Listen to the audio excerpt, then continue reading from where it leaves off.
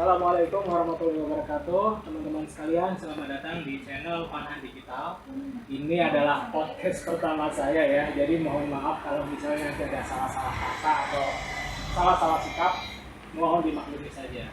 Ini kebetulan saya sekarang berada di Cilegon. Sebenarnya ini salah satu tempat saya tinggal dulu ya. Dan sekarang kita berkesempatan untuk berbincang-bincang, ngobrol-ngobrol bareng dengan salah satu juragan supplier dan distributor peralatan busur dan anak panah. Siapakah dia? Langsung saja kita tengok ke belakang. Halo, Kang Ebi. Halo juga. Kabarnya? Saya. Ya, kabarnya gimana? Ya. Ya. Alhamdulillah baik. Aduh, akhirnya kesempatan main lagi ke tempat di sini apa? Gudang ya, apa sebutannya enaknya nih? Toko. Toko ya? Toko ya. Toko bisa dilihat di belakang saya ini ada harta karun semuanya nih warna hijau-hijau, segar ya. Ini sebenarnya udah kali ketiganya saya main ke tempat ini. Yang pertama kalau nggak salah itu waktu ada event Villa Ternak Cikra ya. Iya, yang perlombaan di sana waktu itu sama Kang June juga ketemu di sini. Yang kedua sama yang ketiga sekarang karena ada urusan lah. Nah, Kang Edi, ini kita ngobrol-ngobrol aja santai aja ya sore ini ya. Siap. Boleh. Ini sebenarnya saya pengen intermezzo dulu, boleh mintanya waktu ya? Kan saya sebenarnya dulu juga tinggal di Cilegon ya, dari waktu TK, SD, SMP itu saya emang di Cilegon. Emang sekarang kan tinggalnya di Bogor. Tapi dulu masa-masa masih SD SMP itu saya emang tinggal di Cilegon ini. Dan itu kalau Cilegon itu terkenal dengan bahasa Jaseng. Ya. Jawa Serang ya bahasanya ya. Jawa Serang. Pokoknya identik itu ada kata-kata A, G, Cire, Ore gitu ya. Lur Juga ya. Kalau misalnya dulu tuh ngomong sama teman kan, weh, Cire wis mangan bro, gitu kan, ada G-nya. Tapi kalau misalnya saya pulang kampung nih ke Jawa nih kan, itu tatanan bahasanya naik 2 level gitu ya. Jadi ada kromonya gitu. Kalau misalnya nanya makan panjenengan sampun dahar nopon durung, itu kayaknya lidah saya kayak siak tuis gitu kan. Bahasanya sama-sama Jawa tapi dialeknya beda ya. Ngomong apaan kita skip aja lah, langsung kembali ke konten. Oke, siap. Itu kalau boleh tahu brand Alfati itu sendiri apa sih? Dapat inspirasi dari mana gitu Kang Ebi? Iya. Jadi saya usaha panahan tuh dari 2015 ya. 2015 baru. Itu zaman saya baru lulus SMP ya. SMP gitu ya? Iya, saya kan lulus 2014. Ya. 2015 itu baru pada kenal sih, baru mulai, iya 2015. Itu emang udah ada komunitasnya atau baru sendiri nemunya gitu, ada panahan coba lah gitu. Belum, di sini belum ada komunitas di sini waktu itu, belum seramai sekarang lah.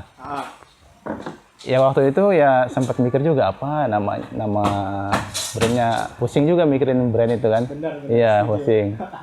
Akhirnya ya udahlah, karena dalam panahan tuh saya keinget Sultan gitu kan. Akhirnya ya udah Sultan Alfati gitu ya, ambil dari Gak asing nama itu masih Murahan. bagus. Al-Fatih. Jadi diambil dari nama Sultan Muhammad Al-Fatih. Betul. Penakluk Konstantinopel ya. Iya betul.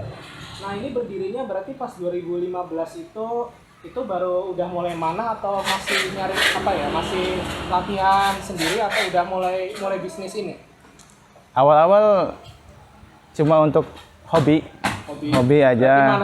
Mana biasa. Itu udah horse bow ya atau masih standar bow atau gimana? Awal pertama banget megang standar bow. Recurve pertama sekali. Aku dikenalin temen horse bow itu. Gitu. Nah, itu sebelum jadi kayak supplier juragan fiber sekarang ini tuh dulu pekerjaannya apa sih kalau boleh tahu? Oh, itu. Saya pernah bekerja di salah satu perusahaan di sini. Kan di sini kan kota baja, kota pabrik gitu ya. Iya, betul. Di sini saya kerja sebagai karyawan pabrik gitu. Karyawan pabrik itu. Itu 2015 itu masih jadi karyawan pabrik ya? Masih. Belum fokus menjadi distributor seperti sekarang ya? Masih. Sambi. Nah, sekarang kita pengen tahu nih flashbacknya itu pertama kali Kang Edi itu memang sudah mulai impor fiber sebanyak ini, kemudian poin segala macam, atau langsung banyak, atau mulai dari yang kecil-kecil dulu nih ceritanya? Iya. Jadi awal pertama banget saya jualan itu kan reseller ya. Reseller ya? Reseller. Dari orang lain? Ngambil dari Jawa. Ngambil dari Jawa? Iya, Jawa Tengah ke sana ya. Nah, awal-awal anak panah juga reseller, busur juga reseller gitu kan. Oh, gitu. Jadi nggak langsung nyetok ya, mulai jadi penjual barang orang dulu ya? Iya betul, barang jadi dijualin karena kan di sini masih pada baru, bingung cari peralatan, akhirnya saya yang cariin. Nah, sambil cariin sambil dagang lah gitu, sambil dagang. Iya. Nah itu awal sekali beli barang reseller. Lalu kemudian cari ilmunya, bikin anak panah ini gimana gitu kan. Bikin anak panah? Iya, anak panah gimana. Akhirnya rakit sendiri. Akhirnya tahulah perbedaannya gitu kan, marginnya gitu antara yang udah jadi sama yang rakit sendiri. Pastilah. Okay. Terus akhirnya bandingin ini barang dari mana, barang-barang mereka dapat dari mana. Oh ternyata dari impor. Kalau gitu kenapa saya nggak impor aja, biar marginnya lebih lagi gitu. Iya. Gitulah sejarahnya seperti itu. Dan waktu pertama impor itu sudah langsung banyak apa staffnya, poinnya, panesnya, atau gimana? Pertama kali impor tuh apa? Ya, pertama kali itu kan masih lugu ya impor ya. Masih lugu, jadi akhirnya kan karena masih lugu, coba-coba dulu. Coba-coba, jadi coba beli barang ini kira-kira sampai nggak gitu kan, masih bertanya seperti itu. Akhirnya waktu itu coba bulu yang sudah dibentuk ya. Bulu panas yang dibentuk. Panes impor, kalkun impor. Kalkun impor. Itu. Pertama banget berarti. Pertama banget beli kalkun impor. Saf segala macam itu panes dulu berarti. Iya betul, panes dulu. Itu kalau beli panesnya berarti langsung banyak kan? Nggak mungkin beli buat satu lusin atau langsung banyak waktu itu pertama? Beli 500, ngetes 500 helai. Itu belum termasuk saf poinnya gitu belum? Belum, baru pertama kali itu. Oh, gitu. Coba. Ini fakta ya, berarti Kang Edi itu mulai usahanya itu mulai dari impor panes dulu, jadi belum ada banyak kayak gini gitu. Lanjutin gimana? Dari panes lanjut ke? Iya, dari panes lanjut ke yang lain. Itu kayak panesnya itu dijual-jualin kan pasti ya, nggak dipakai sendiri semua kan? Iya, fokus ke jual ke bahan akhirnya. Gitu. Jadi mulai dari panes. Nah terus kantor gimana waktu itu? Sudah bisa mengimbangi atau udah mulai berat sebelah nih ketika udah mengenal dunia dagang ini, khususnya yang impor? Ya, 2016 masih bisa ngimbangin karena kan belum ada yang kenal saya kan. Oh gitu. Mulai kenal barang juga masih sedikit kan. Pasaran masih di sini aja di lokal gitu kan. Iya. Nah 2017 yang agak ini, yang agak ramai sudah mulai ada yang kenal. 2017. Ya, saya juga ngalami itu. 2016, 2017 itu udah mulai berjamur di mana-mana Horslow ya. Iya. Masuk pedagangnya juga gitu kan bahan-bahan. Jadi 2017 udah agak banyak yang kenal, paketan sudah agak banyak. Nah itu agak repot ngatur antara kerjaan di pabrik sama di toko gitu. Kayaknya udah jadi stereotype ya, kalau misalnya kita punya usaha, kemudian juga kita kerja di satu tempat itu pasti manajemen waktunya itu luah ya. Iya. Udah ngalamin gitu. Nah terus gimana pada akhirnya? Kantornya gimana? Apakah akhirnya ada keputusan tersendiri nih? Iya, karena emang dari dulu saya kerja itu kan untuk menjadi pengusaha gitu ya. Pengusaha. Iya, sebelum usaha panahan juga udah usaha yang lain gagal gitu kan. Oh gitu. Ya, nah ketika terjun di panahan, saya nilai ini prospeknya bagus gitu. Iya. Ya. Apalagi waktu itu udah mulai menjamur ya. Iya, prospeknya bagus. Akhirnya bulan ke 3 2017 memutuskan untuk resign gitu. 2017 bulan ketiga. Iya, bulan ketiga. Maret berarti ya? Maret. Itu udah mulai datangin barang-barang lain atau masih bermain di Vanes dan anak-anak panahnya? Sudah yang lain yang yang ringan-ringan kayak nok, bulu, yang ringan-ringan, yang lewat udara. Nah, kalau saya sebenarnya kenal Kang Edi itu bukan kenal langsung gini ya, karena dulu itu belum pernah ketemu sebelumnya. Jadi ternyata dulu tempat nongkrong kita di Sama ya, di KJ dulu ya, tempat nongkrongnya ya, di Krakatau Junction. Waktu itu kan belum kenal sama Kang Edi gitu.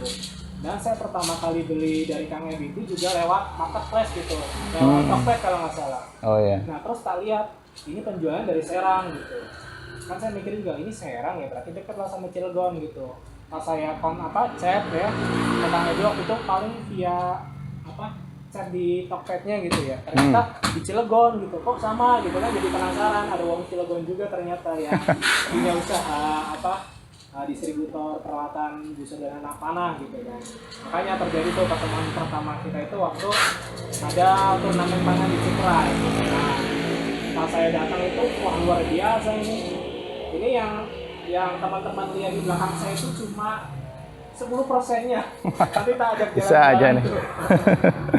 Gimana ini toko ini ternyata penuh dengan ada fiber, ada poin, no, Safton key, wah pokoknya kalau bagi kami ya boyer gitu, saya juga itu udah kayak harta karun ngeliatnya gitu ya. Karena sempit aja kali masuknya, jadi penuh. Iya. Terus ini pertanyaan selanjutnya mungkin ya. Ini kan Kang Edi berarti mulai dari 2016 sampai 2020 kan udah 4 tahun berarti ya? Iya. 4 tahun. Itu tantangan terberatnya menjadi distributor, supplier, itu apa? Tantangan terberatnya yang pernah dirasakan? Tantangan terberatnya dulu importir itu sedikit. Importir sedikit, banyak orang yang nggak paham cara impor. Banyak yang import, yang coba import akhirnya gagal, ketahan di bea cukai barangnya. Itu sangat enak jualan waktu itu. Nah, pertama itu. Jadi kalau sekarang udah banyak importir, akhirnya jadi harganya perang gitu. Itu pertama. Tuh yang kedua itu tantangannya kedua. Dulu orang awam masalah panahan. Sekarang pinter-pinter. Nah itu kita jadi berat. Jadi persaingan ujung-ujungnya. Jadi berat gitu.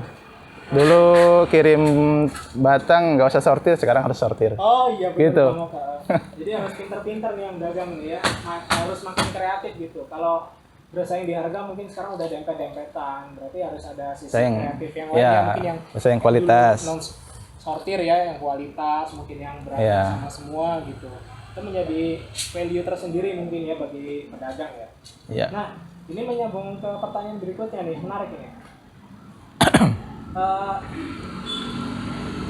Sebelumnya saya kepo ini Kang Edi nih. Sehari ini, dalam sehari lah, fiber itu bisa keluar berapa banyak? Oh itu ya. Ke tempat-tempat, ke boyer-boyer gitu. Itu bisa berapa banyak? Untuk fiber aja kita ngomong lah. Ya. Untuk fiber, contoh hari ini sekitar 70 ya. 70 batang? Hari. Ya hari ini. 70 batang per hari. Ini hari ini 70 batang. Ya namanya jualan fluktuasi, kadang 10, kadang 70, kadang 100, gitu. Kadang 200. Rekornya berapa? Rekornya 250 kalau nggak salah. 250 itu mungkin sebelum pandemi ya, 250 sebelum pandemi. Sampai overload gitu ya. Iya. Itu 250 per hari, itu belum termasuk sap, belum termasuk busur kan Kang Edi juga jualan busur. Apa nama busurnya, Bre? Al-Fatih Bau. Al-Fatih juga ya. Nah, kemudian kalau misalnya nih, misal ya. Kalau ada orang-orang baru gitu yang setelah nonton video ini pengen jadi distributor atau supplier, nyoba impor gitu untuk menjalani bisnis yang sama, itu masa depannya seperti apa bagi mereka yang baru mendalami bisnis ini? Masa depan ya? Masa depannya bagus nggak nih kan? Sebenarnya prospek gitu ya? Ini udah banyak importir atau produsen distributor peralatan busur dan anak panah sudah ada yang gede-gede, misalnya kayak Kang Edi sendiri. Yeah. Yang baru mulai kira-kira masih ada masa depannya, masih cerah nggak? Atau harus banting-banting harga padahal baru itu kan nggak mungkin gitu? Iya iya. Sebenarnya kalau dia mau mainnya di kelas distributor, berarti pertama dia modalnya harus besar. Kalau modalnya besar, insya Allah prospeknya ke depan bagus. Tapi semua itu butuh waktu. Nggak langsung jadi. Kang Edi sendiri berarti tadi mulai dari jadi reseller dulu ya? Itu yang paling mudah ya? Reseller. Karena memang kata kuncinya tuh udah di lock. Kalau misalnya mau mulai langsung bersaing ya memang modalnya harus besar kan. Memang itu apa ya, udah umum sih sebenarnya ya di dunia bisnis, tapi mungkin sarannya kalau mau ya dari jadi reseller gitu ya, mungkin beli berapa 10 gitu ya, importing harganya nanti dijual harga yang sama kayak satuan, mungkin itu lebih masuk akal ya. Tapi kan dari modal itu terus berkembang, keuntungannya kan selalu naik gitu kan ya. Iya betul. Oke. Nah, kemudian ini aja lah, kira-kira dari punya saran atau itulah dari pengalaman pribadi gitu. Iya. Kita ngomongnya untuk yang mendalami dunia wirausaha pada umumnya gitu. Itu apa gitu? Punya saran nggak gitu atau nasihat gitu, punya motivasi mungkin bagi para pengusaha khususnya di bidang panahan gitu dan atau pengusaha lain pada umumnya lah. Iya. Kalau saya sendiri punya prinsip perbanyak aset, jangan perbanyak beban. Perbanyak aset. Perbanyak aset, jangan perbanyak beban. Aset itu maksudnya barang-barang dagangan. Aset itu usaha kita, contoh kita di panahan. Kita fokus di aset, di panahan banyakin terus. Kalau sudah penuh itu panahannya, misal contoh kita buka aset lagi yang lain, misalkan toko material gitu kan. Nah, jadi jangan perbanyak beban. Maksudnya beban itu karena gaya hidup gitu. Gaya hidup. Jadi misalkan itu maksudnya beban itu lebih ke keinginan ya. Gaya hidup. Iya, padahal kita butuhnya cuma misal HP-nya Xiaomi gitu. Ternyata kita belinya Apple gitu. Jadi kalau menurut saya, kalau mau usaha, fokus di usaha, kembangkan asetnya, kebutuhan sesuai ini aja, sesuai kebutuhan maksudnya. Kita beli sesuai kebutuhan aja gitu. Jangan gaya hidup jangan tinggi-tinggi gitu. Oh gitu ya. Jadi gaya hidup itu sebisa mungkin ditekan ya. Jadi sesuai dengan kebutuhan saja gitu. Mungkin kalau butuhnya HP 3310 ya itu aja gitu ya. Iya betul. Nah, terus ini menyambung lagi. Ini kan sekarang saya lagi ada di ruko ya. Sebenarnya ini ruko ini yang saya tempatin sekarang ini milik sendiri sudah? Belum, masih ngontrak. Masih ngontrak? Masih ngontrak. Udah berapa lama ini di sini? 2 tahun. 2 tahun. Udah kepikiran untuk beli ruko gitu? Kalau saya belum. Belum. Jadi emang masih ngontrak aja ya? belum kepikiran, karena lebih kepikiran buka aset. Jadi masih buka aset aja yang diperkuat ya? Tapi ruko ini belum termasuk aset ya? Belum. Masih ngontrak. Maksudnya kalau kita beli ruko kan kayak seperti ini kan 700 juta harganya. Daripada kita beli ruko 700 juta, masih mending kita buka toko, misalkan toko material gitu, 700 juta juga gitu kan. Masih mending banyakin aset dulu. Aset usaha maksudnya. Iya. Oh ya, sama ini kan Kang Edi nggak kerja sendiri nih. Saya juga ngeliat udah ada beberapa teman-teman yang bantu. Itu ada berapa orang semuanya nih? Dari yang mulai packing, mulai bikin panen, bikin busur, itu ada berapa orang? Ada 7. 7 orang. Luar biasa ya. Saya masih kerja sendiri ya. Single fighter ya? Hah? Single fighter. Iyalah. Nah, itu menarik sekali ya pembicaraan kita sore ini. Singkat aja ya, karena ini juga baru pertama. Jadi insya Allah saya juga akan merutinkan untuk membuat podcast ya bahasanya. Tapi kan biasanya kalau podcast yang teman-teman lihat itu biasanya yang pembicaranya itu diundang ke tempat. Tapi saya agak berbeda. Saya yang datengin orangnya itu. Jadi saya jemput bola podcastnya, bukan datengin orang gitu ya. Jadi Kang Edu ini terima kasih ya wawancaranya sama waktunya. Sama-sama. Udah kita tutup aja podcast pada sore hari ini. Terima kasih perhatiannya. Jangan lupa untuk like videonya kalau bagus, subscribe dan share ke teman-teman jika bermanfaat. Assalamualaikum warahmatullahi wabarakatuh.